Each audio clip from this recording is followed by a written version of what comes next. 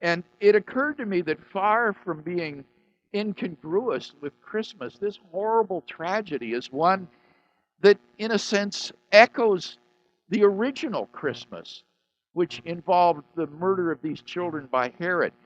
It's a reminder, really, I think, of what Christmas is for, what it's all about. God has not abandoned us to such a world, but that He has entered into human history Himself in the person of Jesus, and there takes upon Himself that evil and that suffering to redeem us from evil, our own evil, and to bring us into a right relationship with Him.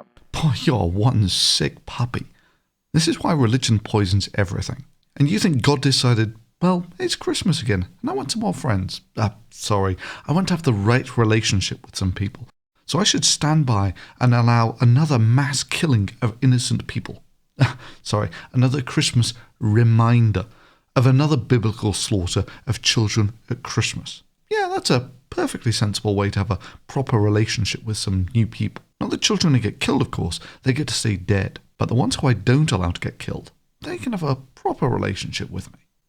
Newsflash, Craig, you are aspiring to have a relationship with an imaginary psychopath. Not so sure that says something good about the state of Christian theology.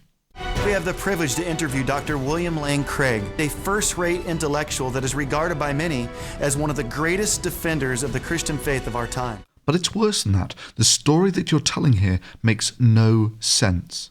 And none whatsoever. It's internally inconsistent. God has not abandoned us to such a world, but that He has entered into human history Himself in the person of Jesus, and there takes upon Himself that evil and that suffering to redeem us from evil, our own evil, and to bring us into a right relationship with Him. Well, your magic crossman evidently didn't enter into this world and take away all of the sins, because things like this are still happening. What you are saying is evidently wrong.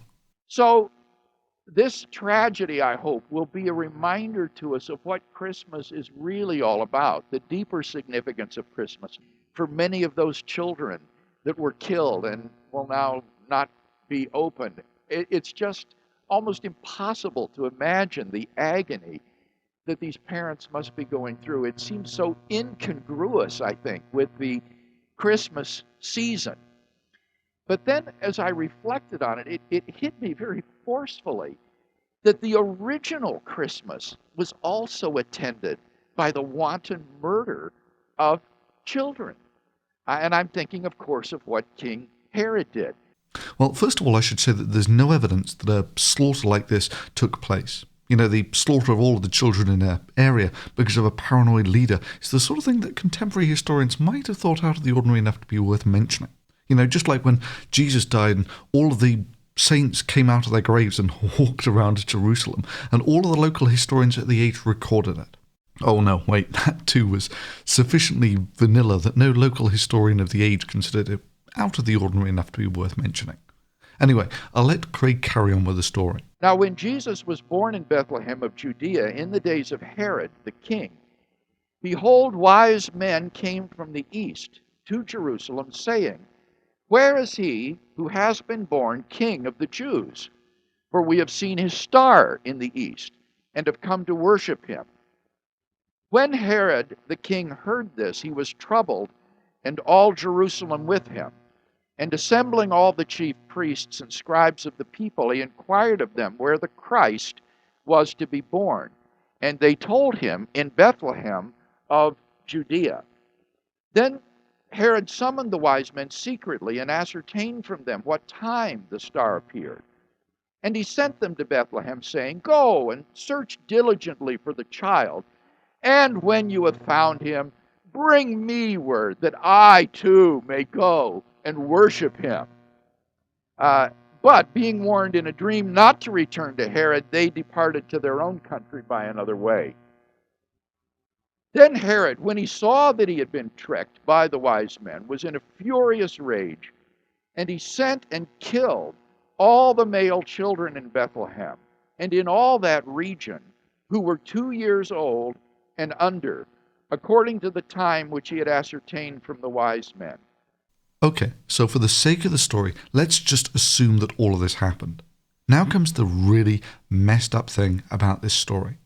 God is quite happy to send a message to the wise men to tell them not to go back and see Herod, knowing full well that Herod will kill all of the children in Bethlehem. Well, why not just do that in the first place?